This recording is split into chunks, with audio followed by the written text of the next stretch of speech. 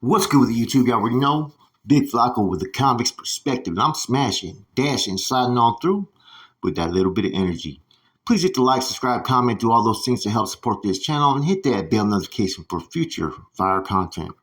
So, as you guys can tell by the title and thumbnail, what were the things that really affected the war between the North and South, right? That nobody talks about, okay? What I'm basically going into is we already know the numbers. The Southsiders have always had the numbers. And, they've had that loose relationship with the whites who assisted them time and time again. And you already know the same thing with the North. They had the relationship with the blacks, right? Who, depending on where you were and who was there, how they were in Iraq. Now, the thing that I noticed right from my time era, which, I was at the tail end of, when it was really separated. And what I mean by that, we would not even talk. I did a video where I said I hadn't talked to a Southsider for like the first 3.5 years of my prison term, right? And I'd be in places where they're at, okay? But see, being that we were fucking basically in a state war, right? And we were trying to establish ourselves, and the North had a lot of things that were going against them in this war. One was, okay, previously in the 80s, there was less prisons. Therefore, the numbers games was not as bad as it is today, okay? Or it was in the 90s and 2000s. For instance, you had a lot of prisons that were created in the late 80s, early 90s that pretty much would spread the Norteños thin. And what I mean by thin, they're numbers. Okay, whereas opposed in the 80s, the South would have the numbers. Of course, there were certain prisons down south that the North wouldn't go to, right? But anything to Hatch being up, there was pretty much going to be some Norteños almost on those yards. There were some places that were considered more of a stronghold, like, say, Old Folsom back in those days. But other than that, you could be in a place like Susanville where there's like 300 Surenos on that yard and maybe 150, 200 Norteños, right? That's not as bad as being only 15, 20 deep in 150, 200 Southsiders, which is how it later started to become, okay? DVI, same thing. The numbers would almost be even. 300 Norteños, maybe 400 Surenos, okay? Solanos, Norteños maybe a little deeper just at that facility. But that's how the numbers were in those time eras, Soledad and all these locations, right? So therefore, even though the South had the numbers, on all these yards I listed, the Norteños could plant their flag, and either they would go to war from time to time, or they would be able to coexist. Now, as they started to create more prisons, they were able to, place people all throughout different locations in California. New Folsom, High Desert, Salinas Valley, Avenal, Pleasant Valley. What else was there? Corcoran, New Corcoran. See what I'm saying? Then you had even prisons down south, Calipatria, Centinela, which allowed them to spread more Southsiders in those locations. So what I'm getting at is that when they started to create all these new prisons, right? When I think they went from, 8 or 12 to like 32 overnight, right? This spread the Norteños to where they were thin on these yards. Instead of going to a yard where there's maybe 100 against 300, now it was, like I said, like 20, 15 against maybe 120, 150. And sometimes there'd be none. They were still sending cats to Calipatria back in the days. The only established prison down south that the North had for a little bit was in Centinela. And that was short-lived. But they got up to about 60, 80 deep at one time, right? So during this war, that was one of the main things that was going on that was working against the fucking, Norteño movement. In addition to that, as we know, the Bulldogs just had basically left completely by the 1990s. It was all out going to war with the Bulldogs. That was another thing. Then the validation process, okay? Now, the Northern Structure validation process basically took a lot of these dudes that were established in these yards for the gente, right? That were playing the prison politics, and a lot of things that was happening is you had dudes that were working with the administration that were playing politics that would get certain people off these yards so they could then run these yards. And of course, to how they wanted to run it, but then they also had that shaky relationship with the administration. This happened in the system. So you had all this shit going against the North at that time during this war, right? And when you put the wrong leadership in position, they're not worried about the gente, but worried about what they get for themselves. Some of them were drug addicts, so dope became the fucking first and foremost important thing for themselves. Now, everybody thinks that all these groups started to apply like the rigorous fucking discipline and procedures like you see now within the whites and southern politics. Unless you were on a level 4 in the shoe or on a stronghold where there was like MA and AB, those politics weren't always there. You know, Southsiders were not forced to play politics as much as they are now. Now everybody has to play politics. So it's like being on a yard. You would see the woods were different. They didn't have all the politics and structure. According to Wes Watson, they're the only ones that program like this. But now the North was programming like that before any of these groups did. That's 100% facts. And a lot of the black groups at that time functioned with more militancy and more discipline as well. That started to deteriorate a little bit. Okay. Now, the one thing that helped out in a lot of these situations was administration. Based upon the fact that administration would sometimes favoritize certain groups when you were sent somewhere, the North would look like they were fucking being headaches on certain yards. Why? Because they didn't want to comply. They didn't want to comply with the politics that the South were trying to enforce upon the North in some locations, and shit would kick off. You know, homeboys being told they had to put on their shirts, you know what I'm saying, or couldn't do this, or couldn't walk in groups. That would force the homeboys to do what they were going to do and set it off. Then when they got to the hole, you had to deal with a lot of COs that were favoritizing the whites and the Southsiders. Nobody could tell me any different. This almost happened every location I've been to, right? Administration back in the days used to favoritize the whites and Surenos. You get sent to these rural prisons, right, where you have these redneck cops, redneck COs, right, who were favoritizing the whites, of course, and based upon the fact that the whites had relationships with the South Side, it was always to their advantage. I mean, I've been on locations. I was placed in a fucking tier, the only northerner. Why? Because I took off on someone that had to go. So I got fucking retaliated against and put on a fucking tier to where I was getting fucking gas. I was getting fucking talk shit to, all kinds of stuff almost every fucking night. And sometimes it was based upon the fact of our relationship with the blacks. There were certain guards that didn't like that. Therefore, we got the fucking backlash effect of that in several locations. You know, I witnessed it. I experienced it. I seen it. I seen the interactions that they were having with the correctional officers and getting shit done that we couldn't get done.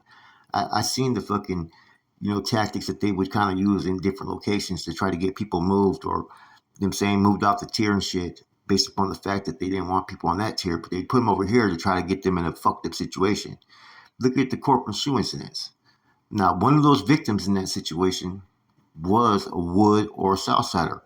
All were either black or northerner. Those are 100% confirmed facts. And we weren't allowed to interact with the fucking correctional staff. It was very rare that someone would have that type of fucking pull or ability to fucking interact, because so many people that tried to do that were the ones that were actually fucking working with administration. Therefore, it was a big no-no. So besides having, less in numbers, you would have groups that had the favoritisms that were going towards the Surenos and whites, and the whites would have just as much hate and anger towards the North for some reason. And I have my own theory on that. But a lot of times in locations where the North were pretty low in numbers is when the whites would try to take advantage and try to stir the pot. You see what I'm saying? People picked and choose what battles and what locations they got off on back then. Look at what happened in DVI in 2006 when we declared war on a particular group that was a white faction. Administration was doing faulty shit. Guards were doing faulty shit. They were taking out individuals that were homeboys, putting them in fucking gyms, and next you know, they were bringing in a group of fucking whites. Next you know, homeboys were getting fucking rushed. Certain people's doors were popping open, what I'm saying, when just a small group of individuals were out. The administration allowed the fucking transfer to happen when a homeboy was in a wheelchair and some whites were out at the same time, and the administration fucking pretty much took a step back and allowed the homeboy that was in a wheelchair to get stabbed back then. On top of the situation that happened in the cafeteria, those were things that fucking guards did because they had it in for the North. Straight up. A lot of racist fucking cops. And then because of the relationship that Northerners had with the blacks, a lot of times guards that were fucking, favoritizing the whites and the Southsiders would do certain situations that they'd put us in a fucked up place to where shit would happen. Therefore we'd have to fight for fucking the shit that we had or wanted back then. It didn't just come fucking willingly.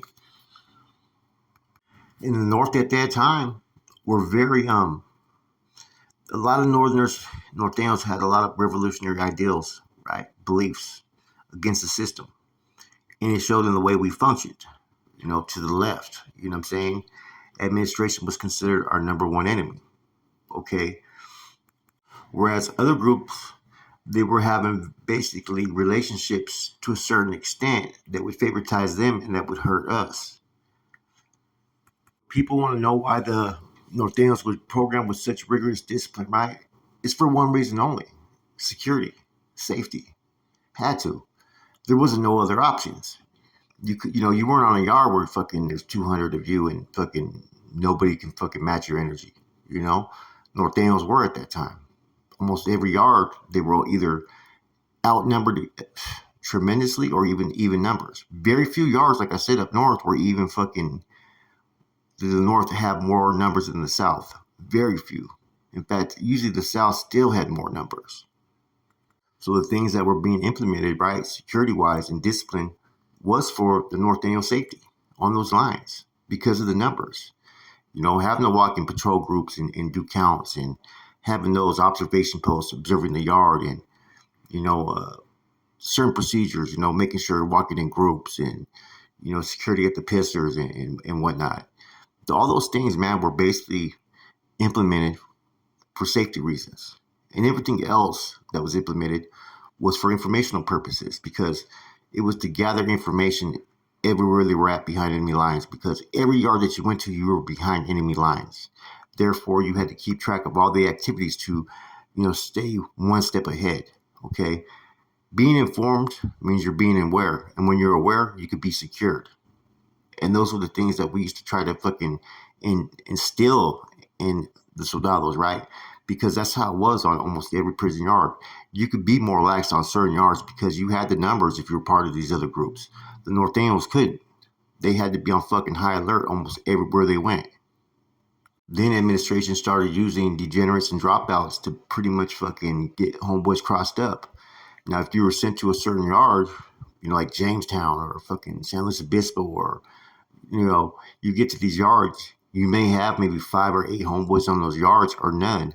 The dudes that may be getting at you are fucking no good. Therefore, they're asking you all your information and they're finding out who you are. Next thing you know, you're in the hole being validated because you're ready to go program on this yard and do what you have to do. So you had all these groups that were working with administration almost, right? Against the Nortenos from time to time. Besides its own individuals who defected or stepped away. You had also oppositions that were getting all that intel and information that were using it to fucking pretty much wage war or have individuals removed upon arriving to certain facilities. And the way the opposition did it, they did it in a way to where it wasn't like a treasonable offense or fucking like they were working with administration and stuff like that, right? Just the administration would allow them to be in positions that would benefit them. And that's the wholehearted truth, man. I've seen it time and time again. And a lot of times, as a northerner that was locked up, right, you were not allowed to sit there and really have long fucking conversations or try to fucking infiltrate a cop or try to get him to do things. It was pretty much frowned upon. It would raise more questions, whereas other groups would do it all the time. You'd see it. You'd see them talking to guards, calling them in. Next thing you know, they're getting certain moves or certain things that were to their advantage at different locations. Where this was a no-no for the North. They couldn't do this. It was not allowed. And it was only allowed by those that maybe were considered elders or those that had authority. But, from time to time, that would always change. Like there was very rare occasions where, someone, with authority was in the North was able to get certain things done for the North, unless it was places like San Quentin. Even in the SHU, we couldn't get certain things done, leadership, whereas other groups would get things that were beneficial towards them. And that's because we looked at the administration, canine, right, as we've referred them to, as the enemy, and you were supposed to show common courtesy, but it wasn't get to over familiarize with interactions. You weren't supposed to sit there and just chop it up and, hey, can you do this favor for me or whatnot? That came later, and that was only given to select individuals that had certain privileges, right, based upon their rank and status to go ahead and do so because they knew what they were doing. Before, you just had to eat shit, file that 602, whatever other fucking measure you had to take. See, the spreading out of prisons, right? The new validation, there was a process, the northern structure they were validating people as, right? All that shit pretty much put the North in a position to where they really couldn't win no yards. They really couldn't win too many wars at too many locations. That's why when they would go to war with certain groups, what would end up eventually happening? The North would always get moved fucking out because they did not have the numbers to compete with the South at most locations, right? In a war where what would happen is eventually they ran out of manpower. If you're in a yard where there's 25, 30 homeboys and there's fucking 200 Sureños, how are you going to win that fucking yard? Even if you send a good squad of 5 or 10 to fucking remove about a good 40, 50, you still have another 150 to 100 left over. And your numbers just fucking went lower. And they weren't always going to bring another busload of Northerners to that facility. And so, therefore, the North started to lose a lot of yards because, like I said, they were spread thin. And they were put in situations where the South had the numbers that in any war, they could fucking outlast the North because eventually the North's numbers would dwindle and they wouldn't be existent on those yards. So that's where everything started to change. The existence of all these new prisons spread the North fucking thin. And with the amount of individuals that were being taken off on those yards, the northern structures that were validated, and that took a lot of good dudes that were off these yards that were not part of no prison gangs. See, the northern structure was never a fucking gang. It was a movement. It says it in the format. But yet administration was taking them off the lines because these individuals were able to establish these yards to where, they were fully up to par and operating under the fucking Norteno movement, and that was always a threat to administration. So it was much easier to fucking get them validated, get them off the yards, you get rid of the headaches. And spreading them thin, the North would never ever have the numbers like they used to back in the 80s and 90s because there's too many fucking prisons to send people to.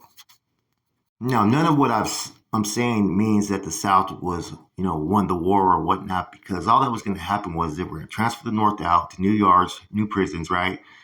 And put them out there. And either the same thing was going to happen. Eventually, either they're going to get validated or they're going to end up on a yard where they can program. I mean, that's how the game was being ran. All the things that the administration had did pretty much affected the Northerners more than any other group in the system. Like I said, from the validation of the Northern structure, a lot of dudes were not members of anything that were getting validated. They were just with the business. And it gave people who didn't like certain individuals or felt they were a threat the option to go ahead and tell and get that person removed from the yard, whether they were from up north or from down south. Now, the other thing, like I said, the SMYs, that also became a big issue. And the creation of all these new prisons. Like I said, the North's numbers were spread thin now. As opposed, there was not many prisons. Therefore, everybody was going to be on these fucking yards, except for the exception of a few prisons down south where the North would not touch down. Everything north, though, there was going to be homeboys and they were going to be thick in numbers. Doesn't mean that they were going to outnumber the Southsiders. No, a lot of times they did not outnumber the Southsiders. Either they were almost even or they had a little bit less in numbers. But when you're talking about 200, 250 Northerners and maybe 300 to 350 Sureños, that's a lot better odds than 20 Norteños, 15 Norteños, and 150, 200 Sureños. Now, the biggest threat that the South had in this war, right, this was going on for 40 plus years, right, was the Nuestra Raza, NR. If administration wouldn't have went to the lengths they went to get NR members off these yards, right, if they wouldn't have created all these SMY yards, if they wouldn't have did all this, the NR was the biggest threat to the South, period, at that time. Because of the way the NR functioned, there was no group in prison, I believe, on the main lines that operated with the discipline and the structure as the Nuestra Raza. And that was very tactical. And in my opinion, in my eyes, that would have been something that would have, who knows what reaction would have happened. They ended up getting most of the bros off these yards back then. The validation process. And then from there, the ones that were out there, a lot of times were degenerates. So it kind of helped the South in the long run by validating all these individuals that structure, and then the SMY. Because once the NR would establish the yard, there was no way. If it was a strong established Nuestra Raza with hermanos on it, there would have been no way for any group to come in and establish themselves right after they fucking got rid of all the key targets. That, like I said, that was the biggest threat in the 40 plus years was when they made all the changes to the NR 92. If you notice, by 94, they were already validating them because they were already letting their presence be felt. Anyways, this is what I experienced. This is how I viewed it and the things I've seen. Other people may have a different opinion on it, man.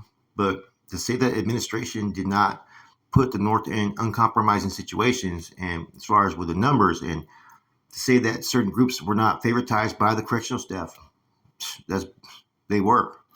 Like I said, a lot of times it was because of our association with the blacks. And when I say we, I'm talking past tense when I was active. Like I said, there was a lot of different things that went into all this, right, as far as in the war that affected it. But administration played a key role, and whether it was deliberate or not, it did affect the North. Anyways, with that said, man, this is just an opinion, man. Hey, people are going to take it how they're going to take it or for how they feel. But what I said that can't be disputed, this is what really occurred on these lines back then. That said, I'm gone.